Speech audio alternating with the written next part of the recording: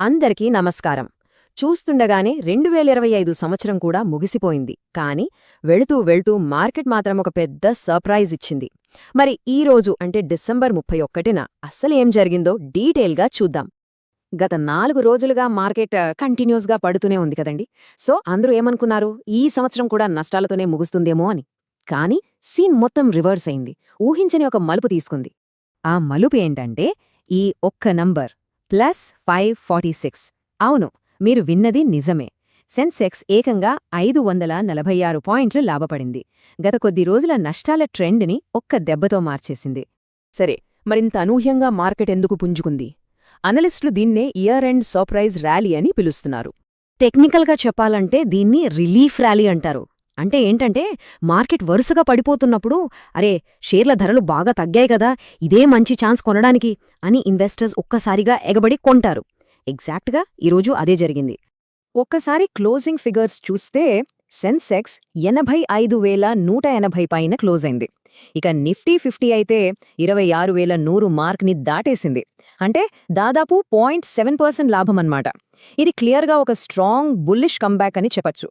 అయితే ఇంత పెద్ద ర్యాలీకి అసలు కారణం, డ్రైవర్ ఎవరు? ఒకే ఒక్క ప్రభుత్వ నిర్ణయం మార్కెట్ సెంటిమెంట్ని మొత్తం మార్చేసింది. ఆ నిర్ణయమే సేఫ్గార్డ్ డ్యూటీ. సింపుల్గా చెప్పాలంటే భారత ప్రభుత్వం స్టీల్ ఇంపోర్ట్స్ మీద 12% ట్యాక్స్ వేసింది. ఎందుకంటే ముఖ్యంగా చైనా నుంచి చాలా తక్కువ ధరకి స్టీల్ వచ్చేస్తోంది. దీన్నే డంపింగ్ అంటారు. దాన్ని ఆపడమే దీని ముఖ్య ఉద్దేశం. ఈ ఒక్క న్యూస్ మార్కెట్కి మామూలు బూస్ట్ ఇవ్వలేదు. ఓకే, మన దగ్గరైతే పరిస్థితి బాగుంది. కానీ గ్లోబల్గా సిచ్యువేషన్ ఎలా ఉంది? ఈ రెండింటి మధ్య తేడా చూస్తే అస్సలు కథ అర్థమవుతుంది. ఈ ఇంపాక్ట్ సెక్టర్ వైజ్గా చూస్తే ఇంకా క్లియర్గా కనిపిస్తుంది. చూడండి, ఒకవైపు ప్రభుత్వ నిర్ణయంతో మెటల్ సెక్టర్ టాప్ గెయినర్గా దూసుకెళ్లింది. మరోవైపు గ్లోబల్ ప్రెషర్ వల్ల ఐటీ సెక్టర్ మాత్రం బాగా దెబ్బతింది. అంటే ఒకే రోజు మన డొమెస్టిక్ ఫ్యాక్టర్స్ ఒకవైపు లాగితే గ్లోబల్ ఫ్యాక్టర్స్ ఇంకోవైపు లాగాయన్నమాట. నిజానికి బయటనుంచి వచ్చిన సిగ్నల్స్ అన్నీ మిక్స్డ్గా ఉన్నాయి. అమెరికా మార్కెట్లు నెగటివ్లో క్లోజ్ అయ్యాయి. ఏషియన్ మార్కెట్స్ కూడా అటూ ఇటూగానే ఉన్నాయి. కానీ మనకు ప్లస్ అయిన 2 విషయాలున్నాయి. ఒకటి, క్రూడ్ ఆయిల్ ధరలు తగ్గడం. 2, బంగారం ధరలు కూడా పడిపోవడం. ఈ 2 మన ఎకానమీకి చాలా మంచివి. ఇలాంటి పరిస్థితుల్లో మార్కెట్లో ఇద్దరు పెద్ద ప్లేయర్స్ మధ్య ఒక పెద్ద ఫైట్ జరుగుతోంది. ఒక టగ్ ఆఫ్ వార్ లాంటిదన్నమాట.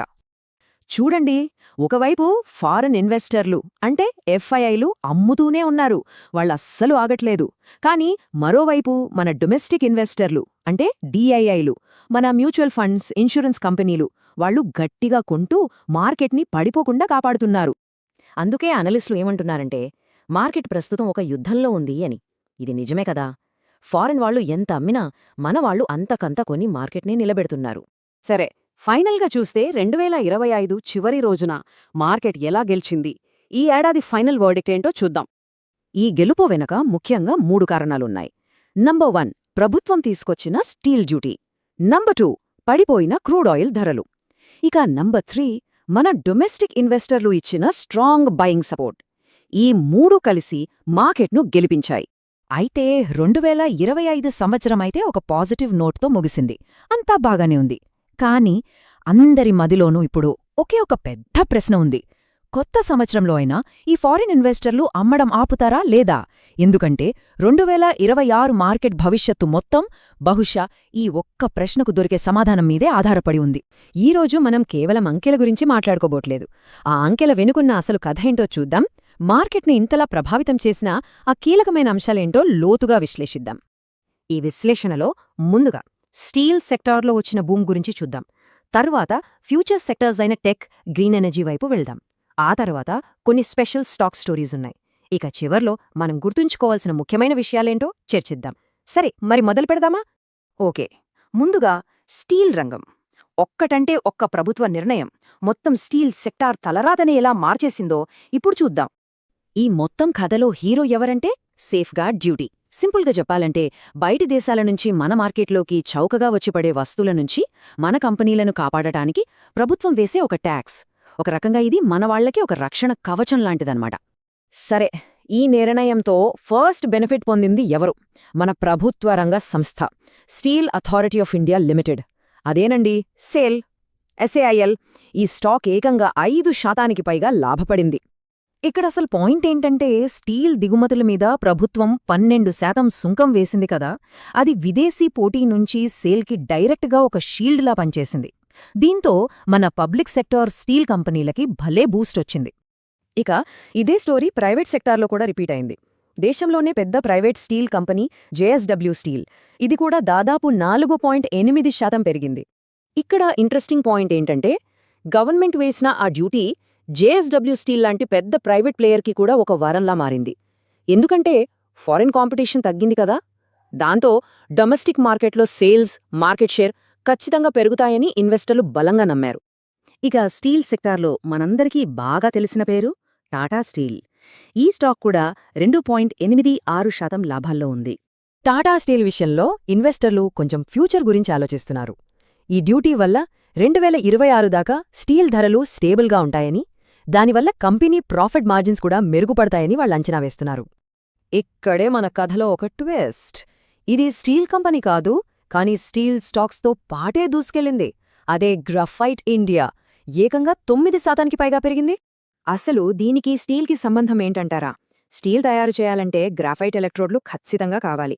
ఇప్పుడు మన స్టీల్ ఇండస్ట్రీకి ప్రొటెక్షన్ దొరికింది, ప్రొడక్షన్ పెరుగుతుంది, అప్పుడు ఆటోమేటిక్గా గ్రాఫైట్కి డిమాండ్ పెరుగుతుంది కదా. అందుకే ఇది ఇండైరెక్ట్గా ఇంత పెద్ద బెనిఫిట్ పొందింది. అదండి స్టీల్ సెక్టార్ కదా. సరే, ఇప్పుడు ప్రెజెంట్ నుంచి ఫ్యూచర్లోకి వెళ్దాం. భవిష్యత్తును శాసించబోయే టెక్నాలజీ, గ్రీన్ ఎనర్జీ, ఈ 2 సెక్టర్స్లో ఏం జరుగుతుందో ఒకసారి చూద్దాం. ఇక్కడ ఈ బార్ చార్ట్ చూస్తేనే మనకు అర్థమైపోతుంది. HFCL స్టాక్లో ట్రేడింగ్ వాల్యూమ్ అమాంతం ఎలా పెరిగిందో చూడండి. దీని వెనక ఉన్న ఒకే ఒక పదం 5G. అవును, త్వరలో రాబోయే 5G నెట్వర్క్ కోసం వీళ్ళకి భారీ ఆర్డర్లు వస్తాయన్న అంచనాతోనే ఇంత బజ్ క్రియేట్ అయింది. ఈ టెక్, ఎనర్జీ సెక్టర్స్లో ఇదే ఊపు కొనసాగింది. డైనాకాన్ సిస్టమ్స్ చూడండి, డిజిటల్ సర్వీసెస్కి డిమాండ్ పెరగడంతో ఏకంగా 15% లాభపడింది. అటు గ్రీన్ ఎనర్జీ వైపు చూస్తే KPI గ్రీన్ ఎనర్జీకి కొత్త ఆర్డర్లు రావడంతో 8% పెరిగింది. ఇక పవర్ గ్రిడ్ కూడా ఆంధ్రప్రదేశ్లో ఒక పెద్ద బ్యాటరీ స్టోరేజ్ ప్రాజెక్టును గెలుచుకుని వార్తల్లో నిలిచింది. గవర్నమెంట్ పాలసీలు, సెక్టర్ ట్రెండ్స్, ఇవి కాకుండా కొన్ని స్టాక్స్ పెరగడానికి చాలా స్పెషల్ రీజన్స్ ఉంటాయి. అలాంటి కొన్ని ఇంట్రెస్టింగ్ స్టోరీస్ ఏంటో ఇప్పుడు చూద్దాం. రిలయన్స్ ఇండస్ట్రీస్, ఇక్కడ లాజిక్ చాలా సింపుల్. వాళ్లకి ముడిసరుకు అయిన క్రూడ్ ఆయిల్ ధర గ్లోబల్గా తగ్గింది. రా మెటీరియల్ కాస్ట్ తగ్గితే ఆటోమేటిక్గా ప్రాఫిట్ మార్జిన్స్ పెరుగుతాయి. ఆ పాజిటివ్ ఇంపాక్ట్ మనకు స్టాక్ ప్రైస్లో క్లియర్గా కనిపిస్తోంది.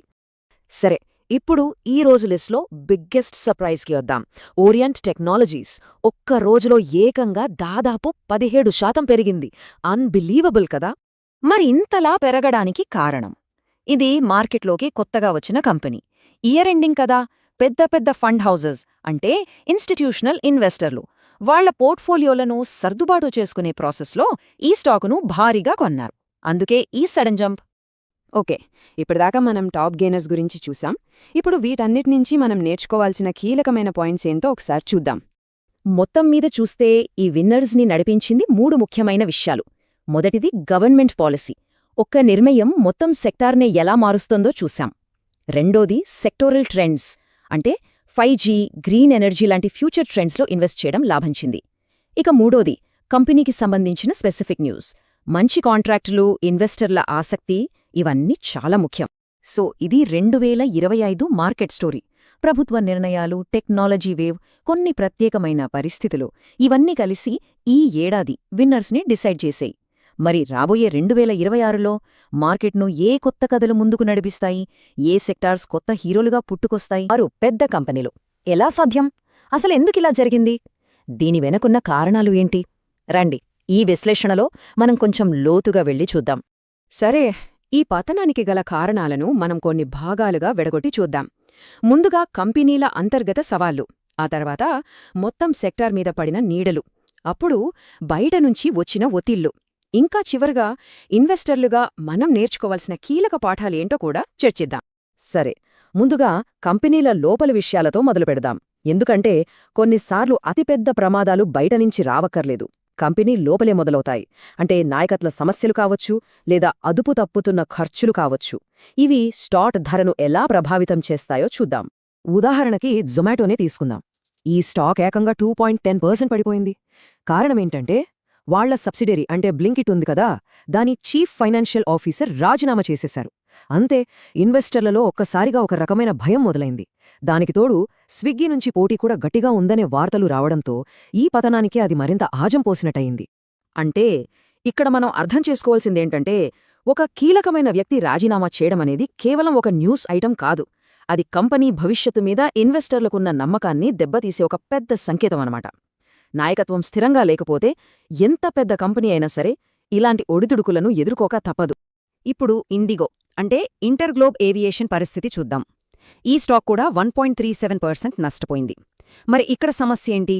ఇక్కడ కూడా సమస్య బయట నుంచి రాలేదు, లోపల్దే. పైలట్ల ఎలవెన్స్లు పెంచారు. దాంతో కంపెనీపై ఆర్థిక భారం పెరిగిపోయింది. ఇంకేముంది, ఇది వాళ్ళ లాభాలను దెబ్బతీస్తుందనే భయంతో అమ్మకాల ఒత్తిడి పెరిగిపోయింది. అంటే సింపుల్గా చెప్పాలంటే, ఆదాయం ఎంతొస్తున్నా సరే ఖర్చులను కంట్రోల్లో పెట్టుకోలేకపోతే లాభాలన్నీ ఆవిరైపోతాయి. కంపెనీ తీసుకునే ప్రతి చిన్న ఆర్థిక నిర్ణయం కూడా షేర్ హోల్డర్ల సంపదపై డైరెక్ట్గా ప్రభావం చూపిస్తుంది. ఇది చాలా ముఖ్యం. సరే, ఇప్పుడు మనం రెండో కేటగిరీకి వెళ్దాం. అదే సెక్టార్ మీద పడిన నీడలు. అంటే కొన్నిసార్లు ప్రాబ్లం ఒకే ఒక్క కంపెనీది కాదు, మొత్తం ఇండస్ట్రీ ఎదుర్కొంటున్న సవాల్గా ఉంటుంది. దీనికి బెస్ట్ ఎగ్జాంపుల్ ఐషర్ మోటార్స్. 1.63% పడిపోయింది. ఎందుకంటే త్వరలో రాబోయే ఆటో సేల్స్ డేటా బాగోదు అనే భయం మార్కెట్ అంతా వ్యాపించింది. ముఖ్యంగా వాళ్ళ ఫ్లాగ్షిప్ బ్రాండ్ రాయల్ ఎన్ఫీల్డ్ అమ్మకాల మీద డౌట్స్ మొదలయ్యాయి. దాంతో అసలు డేటా బయటకు రాకముందే ఇన్వెస్టర్లు అమ్మేయడం మొదలుపెట్టారు. ఇది మార్కెట్ సైకాలజీని స్పష్టంగా చూపిస్తుంది కదా. కొన్నిసార్లు నిజాల కన్నా భయాలు, అంచనాలే మార్కెట్ను ఎక్కువగా నడిపిస్తాయి. ఒక రకమైన అనిశ్చితి ఉన్నప్పుడు ఇన్వెస్టర్లు వెయిట్ చెయ్యరు, వెంటనే రియాక్ట్ అయిపోతారు. ఇదే కోవలో టాటా కన్స్యూమర్ ప్రాడక్ట్స్ కూడా ఉంది. 1.42% నష్టం. దీనికి కారణమేంటంటే గ్రామీణ ప్రాంతాల్లో డిమాండ్ పడిపోవడం. ఇదొక కంపెనీ సమస్య కాదు, ఒక పెద్ద ఎకానమిక్ ప్రాబ్లం. నిజానికి టాటా కన్స్యూమర్ ఒక డిఫెన్సివ్ స్టాక్. అంటే మార్కెట్ బాగోలేనప్పుడు కూడా తట్టుకుని నిలబడుతుంది అనుకుంటారు. కానీ మొత్తం సెక్టార్ మీద ఉన్న నెగటివ్ సెంటిమెంట్ దెబ్బకు ఇది కూడా తప్పించుకోలేకపోయింది. సో ఇక్కడ మనం నేర్చుకోవాల్సిన పాఠమేంటి? కొన్నిసార్లు మనం బెస్ట్ కంపెనీనే సెలెక్ట్ చేసుకున్నా అది సరైన సెక్టార్లో లేకపోతే లాభం ఉండకపోవచ్చు.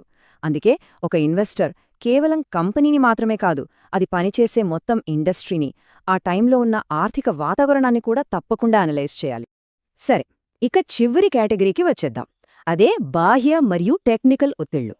అంటే ఇవి కంపెనీ కంట్రోల్లో అస్సలుండవన్నమాట. గ్లోబల్ మార్కెట్ల నుంచి మొదలు పెడితే ట్రేడర్ల ప్రవర్తన వరకు ఏదైనా కావచ్చు. ఇక్కడ హిందుస్థాన్ జింక్ స్టాక్ను చూస్తే దాదాపు 2% పడిపోయింది. దీనికి కారణం కంపెనీలో లేదు, పూర్తిగా బయట ఉంది. అదేంటంటే గ్లోబల్ కమోడిటీ మార్కెట్లో వచ్చిన ఒక పెద్ద క్రాష్.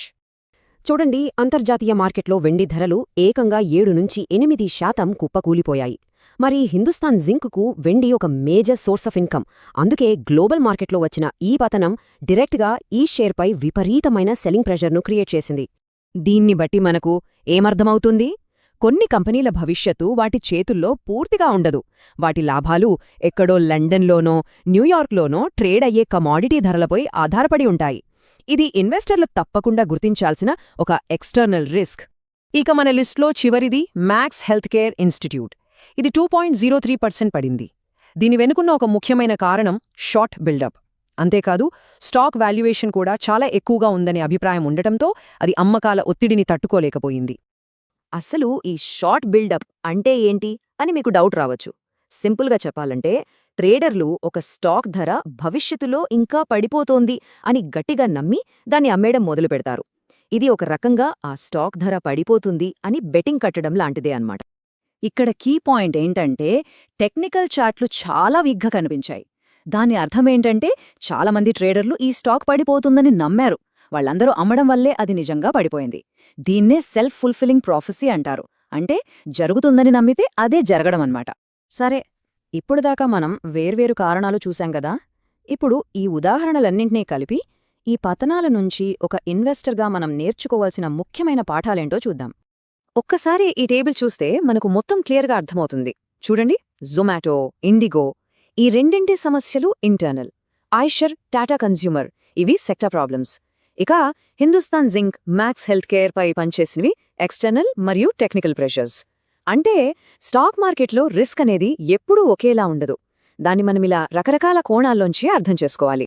ఈ విశ్లేషణ మార్కెట్ రిస్క్లను రకరకాల కోణాల్లో చూడటానికి సహాయపడిందని ఆశిస్తున్నాను. ఇలాంటి డైలీ మార్కెట్ అనాలిసిస్ కోసం మన తెలుగు బ్రీఫ్ ఎక్స్ప్లెయినర్ ఛానల్కు సబ్స్క్రైబ్ చేసుకోండి. ఈ సమాచారం ఉపయోగపడుతుందనుకుంటే మీ స్నేహితులతో, కుటుంబ సభ్యులతో తప్పకుండా షేర్ చేయండి.